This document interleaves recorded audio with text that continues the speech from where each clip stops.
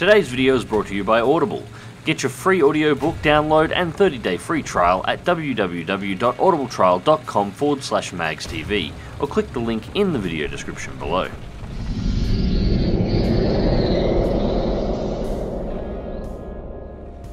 G'day ladies and gents, and welcome back to War Thunder with Mags, and welcome aboard the AC IV Thunderbolt. The Thunderbolt is a rank 3 battle rating 5 tank built in Australia but present as a premium in the British tree, armed with a 76mm or a 17-pounder gun, can carry a maximum of 47 shots. You know this machine, I've had it on the channel a few times before. This is really the tank that I like to bring out whenever I actually get the itch to go and play ground forces, for a few obvious reasons.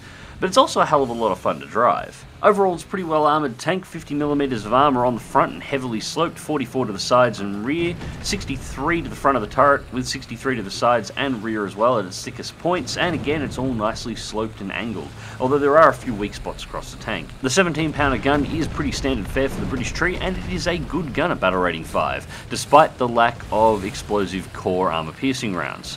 So we're starting off our first battle of the day, and there will be two, and you'll see why soon enough, on Fields of Normandy. We've taken the North Spawn, and there's always a lot of action up here. It is one of the best spawns if you want to get straight into the fighting. And the first casualties have already been taken, with an IS-1 being taken out, and we have a KV-2 crossing the field, and he is not checking to his right at all. Just hold for a second to see whether or not he'll poke his head at the other side of this shed.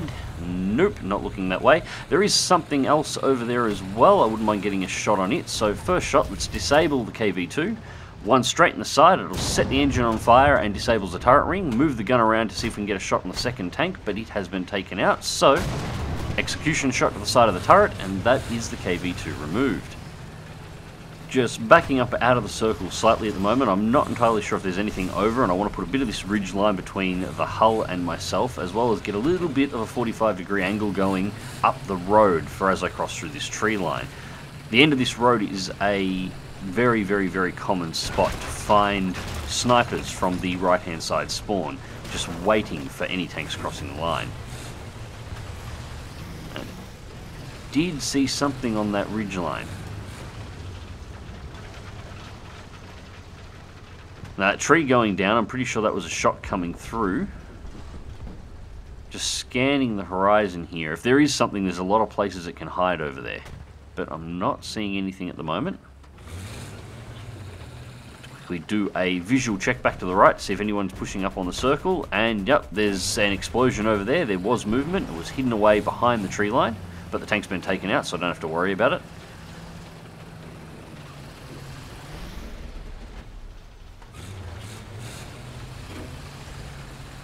At this point I'm just playing defensively, just searching, looking to see if anybody's pushing up on the cap circle, but it doesn't look like they are. I'm not too concerned about anything to the north. We've got two tanks that have pushed over the halfway point. They're now sitting in the area that players from the right-hand side top spawn would normally be in to assault this cap. But we do have markers going halfway between us and the A cap in the center, so we're going to go for a little bit of a roll. Mobility on the Thunderbolt isn't that bad. It does have the ability to roam around a little, and once you've got it angled, it feels a lot more like a heavy tank for the amount of damage it can actually take before it gets popped. That being said, I am still keeping it somewhat cautious. This road is in a depression. I don't trust the trees to remain present under ultra-low graphics, but the ground most certainly will be, so keeping to the depression is giving me some cover to the left. One shot, and that is the KV-1 taken out, but we do have something engaging the Churchill behind us on the map, so we'll quickly spin ourselves back around. The A-cap still isn't secured at this point, but I'm more interested in keeping the C-cap under our control since we're currently losing it. B-cap to the south seems to be fairly heavily defended. It looks like there's at least 3 tanks on B-cap itself, and then 1 tank further south than it. Just carefully checking the ridgeline here. Whatever took out the Churchill was sitting in this tree line somewhere. I didn't quite see where it went. Now, we do have an artillery strike dropping there. I strongly suspect that came from whatever the Churchill was fighting, which means medium tank. If I had to make a guess, I would say probably a T-34-85 and something moving through the tree line just over here. And what do you know, T-34-85, and that is it, removed from the match. Third kill.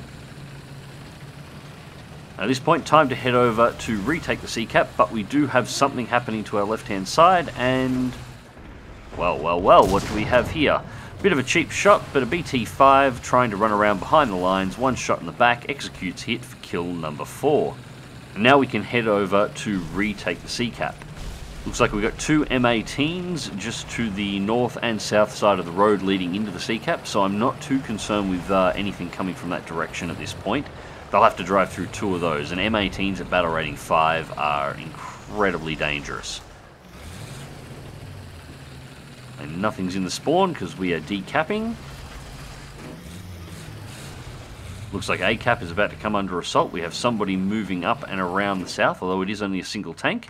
That being said, they are now decapping A, so there is nothing there stopping them. Just keeping a look towards the center of the map to see if anything's going to go over there to try and interrupt that. With the defenders to the north, I'm not overly concerned about anyone coming in on C, so it's all about holding off the enemy team from coming back to re-secure A while it's being capped. Not that that turned out to be an issue, because, well, that's the end of the match. From this point in the battle, we didn't see a single other enemy tank, and there were only 2 aircraft flying around the top of the map. Came in third place for the team with 2 base captures and 4 tank kills overall. We got Tank Rescuer X1, Shadow Strike Streak X4, the Double Strike Award, 1 Shot X2, and Base Capture Streak X2. Net gain for the battle was 53,705 silver lions and 6,229 modifications research, which obviously goes nowhere as it's a premium tank, and 8,035 vehicle research, which isn't bad considering I'm researching the FV4005. The total battle timer was 14 minutes and 21 seconds, but there was really only 6 minutes of actual combat in the center of that. The only remaining vehicles on the enemy team that we know about, excluding the 2 aircraft that are flying around, which you can hear buzzing in the background, are 2 self-propelled anti-aircraft guns on the south side of A, and they both get taken out in the next few minutes, and then we sit back and twiddle our thumbs while we wait for the point score to tick down, because there was literally nothing else for us to do. So, moving on to the next fight. Alright, so Battle 2, and once again we're in the Thunderbolt, however this time we're on Abandoned Factory. Now my initial thought was to head up towards the C-cap, however we've got a bunch of fast movers heading that way as it is, so I thought there was very little point. However, we are already losing the B-cap, and the player that I've been auto-squatted with is heading into B on his own, so that's the place to go to give him a little bit of backup. Now, take a little bit of risk here. This is the fastest way for me to get to B-cap from the position I was in, but it does mean exposing my tank to anything coming from my left-hand side. I was sort of counting on the M18s that rushed up towards C, basically keeping anything on the opposing team's head down while I made this move. And we managed to successfully pull it off. We're now in amongst the buildings, so we should be fine from any attacks coming from the left-hand side. Now I'm slipping the Thunderbolt in amongst the large water tanks, or the processing tanks here. This is probably the best place to actually park yourself defensively near the cap circle. In the cap circle itself is rather exposed, and I don't need to be in there. The Sherman is already capturing this, but I can sit in this spot and I can use the tanks to provide me cover while I'm working around the cap circle to keep it clear. And whatever that was, that has been taken out. However, an IS-1 just took out the Sherman. So in that case, it's time to move up to see if we can find the IS-1 and surprise target to the left. I'm well angled, however, shot bounces off the front. It's an Su-85. Line up the shot through the right-hand plate and boom, kill number 1. And we have an artillery strike coming in on this spot, so we're going to slowly start creeping it forward and see what we find. We have got a flash indicator to say that there is something over there, although that may have been the flash indicator for the IS-1 that just got popped inside of the cap circle. And we've got something else coming up to 5, looks like a BT5, 1 shot in. Unfortunately doesn't kill it, but I did take a shot from the left end, so move up with the explosive tanks in between. Seems silly, but they will take at least 1 hit. BT5 has now been eliminated, so re-angling the tank to take shots from that corner ahead of us, and we have something ahead. Looks like a T-34-85, 1 shot through the right-hand side plate, take out the driver. 1 shot through the lower plate. Trying to get shrapnel into the ammo racks, but it's just not going to work from here. 1 more shot straight through the front to make sure that driver stays dead as a doornail, so I can move up quite nicely without having to worry about it running or re-angling itself. Take another hit there. 1 shot in. and that's a T-34 out, and somebody else is firing at us from around the corner here. One shot through the wall, low, penetrate the front of the tank. That went into the ammo racks but did not detonate. It's a T-34-57. Second shot clears through, cores out the entire tank, and that is kill number 4.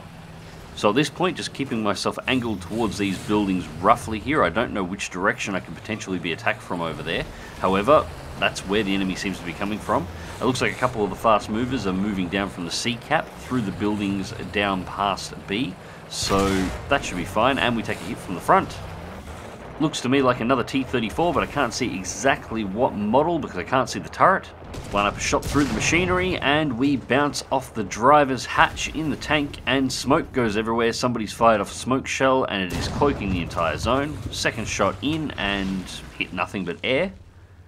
But it looks like it's ran into the rest of the enemy team. We've got a red ping on the map right now. It's got 3 tanks around it. This is not going to last long. And in fact, it didn't. T-34 has been eliminated.